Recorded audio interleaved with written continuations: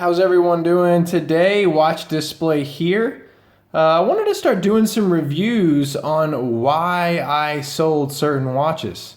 I've had a lot of people that have been messaging me direct messenger and Instagram, and they always ask, I saw that you had this watch, why did you sell it? So I figured I would start doing kind of a compilation of different videos of the watches that I had, because 2015 and 2016 especially were a big year for me in terms of flips. A lot of you on Instagram know me as the serial flipper. I will get stuff, and sometimes before it'll even land, I am already selling it. It's just something I do. Everything has a price. But the topic today is the Omega Speedmaster Professional. Why do I keep selling it? And this is part of the reason the second time why I sold it. You see this here, it's a 116523 Panda Daytona, baby, two-tone, woo! Look at that bad boy. I know a lot of people love more of the stainless steel models. I get it, they're highly collectible. I'm a gold kind of guy. As you see, my wedding band is gold. I love gold watches. I love gold in general. So unfortunately, if I'm spending a high amount of money, unless it's like an Audemars Piguet or a Vacheron Constantin, I'm going to have some sort of precious metal in there. But the second time, I sold my Speedmaster because it just didn't make sense to have the Daytona and the Speedmaster. I understand they're two total different watches. But the dilemma with me and the Speedmaster is the Professional. We're not talking about the Reduced, or we're not talking about the Date. I had one of the Dates and two of the Professionals now. And the first time I had the Professional, it was literally the highest price point watch that I had at the time. So it was a little bit more sentimental. I kept it a little bit longer. The second time, it just didn't last really at all. I think I had it for a week at the most. But what the prices keep rising for these, especially on the secondhand market. They keep getting higher and higher and higher.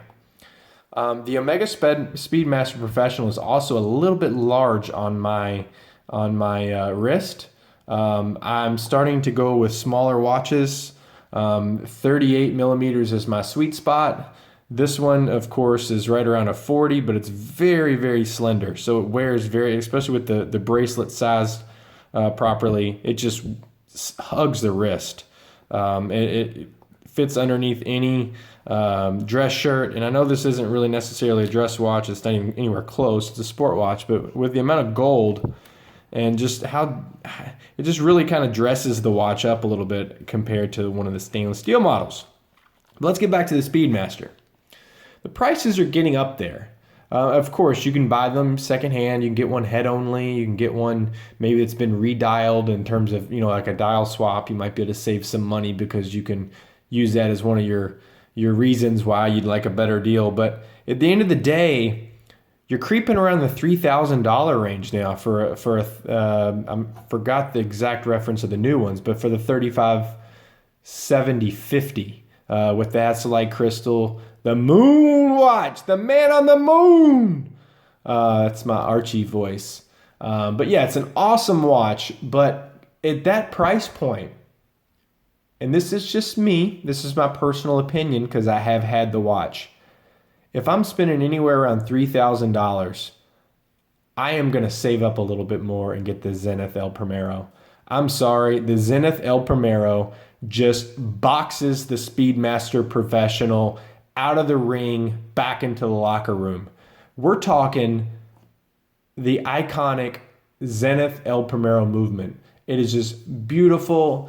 Yeah, it's a little bit more on the dressy side compared to the Speedmaster Professional. The Speedmaster Professional has it has its high points. I'm not downing the Professional, but I'm saying for the amount that they're going for now is not for me. I really do desire the Gemini, which is the kind of blue sunburst with the blue tachymeter and the white subdials. I absolutely adore any of the Panda dial Speedmasters.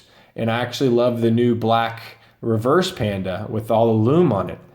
I actually love the Italian with the cream dial. I love the broad arrow. The broad arrow is a beautiful watch too. Gorgeous, gorgeous broad arrow. But the thing is, when you want one, those have kind of a punch to them, and they cost a lot more money. So, like I said, any day of the week, I would have the Zenith El Primero tricolor, the 36 beats per second. It's just a 36,000. I'm sorry. It's just a beautiful watch. It's unbelievable. The reason I sold mine, two reasons. I got the 42 millimeter thinking that would fit perfect for me. Lug to lug, it was a little bit too long, and I nicked one of the lugs, which, I mean, you can see this watch is used. I mean, other than smudges and some hairlines on the clasp, I keep my watches. I take care of my watches. This Daytona doesn't. I don't even wear it that much. Complimentary wrist shot, Frederic Constant, Classiques Moon Phase, full in-house manufactured movement. It actually has a kind of a pocket watch back to it. I can show you guys really quick. I don't want to. We'll do probably maybe even do a review on this one, but just to show that beautiful movement. And for what I paid for this watch, this was a no-brainer. Yeah, it looks a lot like a Patek. Yeah, I don't care. I can't afford a Patek right now, so this is an awesome moon phase complication that didn't break the bank, and it's got this beautiful dial to it. But let's get back to the Speedmaster. I'm kind of ranting. I'm going all over the place. Typical of myself. What I'm saying is, at that price point, you just save a little bit more and get the Zenith El Primero. I see all these people saying they love the El Primero. I love the El Primero. Oh my gosh, it's gorgeous. But they never buy one. Is it because it doesn't have quite that iconic name that people will know when you're out? I mean, Omega is it's got a great brand identity. I mean, of course, the watch enthusiasts know Zenith, but I just was having a talk the other day with someone when I was wearing my Daytona and mentioned about the Zenith, how they used to make the movements for the Daytonas.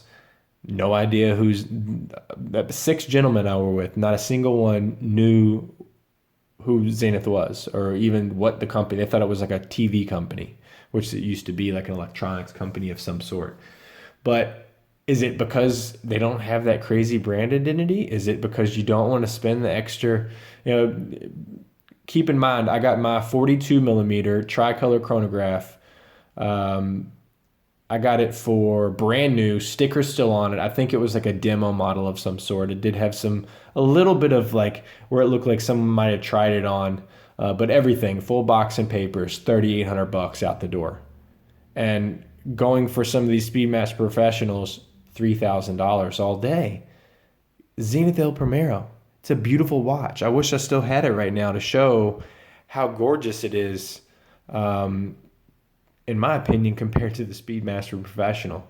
Like I said, you put both of those watches in the ring any day of the week, I promise you the El Primero will knock that thing out. Put them next to each other, put that thing on and watch how the dial dances, because there's so much detail on that El Primero dial. Flip it over and look at the beautiful movement. The alligator strap that came on mine, I wish I would have got the 38 millimeter as mentioned on a bracelet. I heard their bracelets are superb as well, but mine came on an alligator strap, and the deployment buckle was just impeccable. It was a beautiful, beautiful, beautiful watch.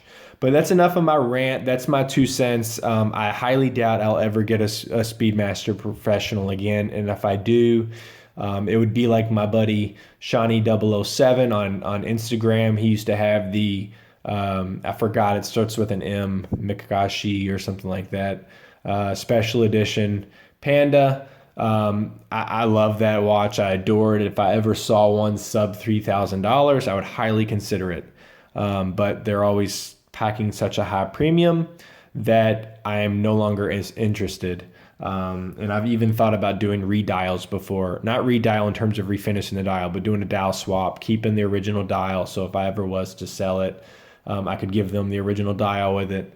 But it just, for even some of the dials, they've became somewhat scarce now. You used to be able to get on Ofree and buy them, and you can't get the Panda dials anymore for less than $300. They're usually around $400 or $500, and they're usually out of the country being shipped. But yeah, so this right here is the prime reason why I don't think I'd ever get a Speedmaster Professional. And I get it. There's going to be tons of people that aren't going to dig this watch. They're going to think it's gaudy because of the gold. But I have some personal reasons why I wear gold and why I just love gold, and why this Daytona just, it's all about a way a watch makes you feel.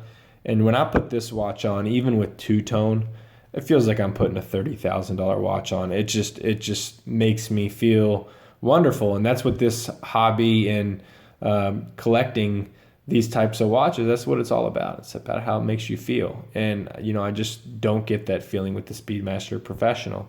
I did get it with the Zenith L Primero, though. I did. I got it with that watch. It was amazing. But check me out on Instagram at Watch Display. I'm kind of making straps again. A lot of you guys know me from making straps.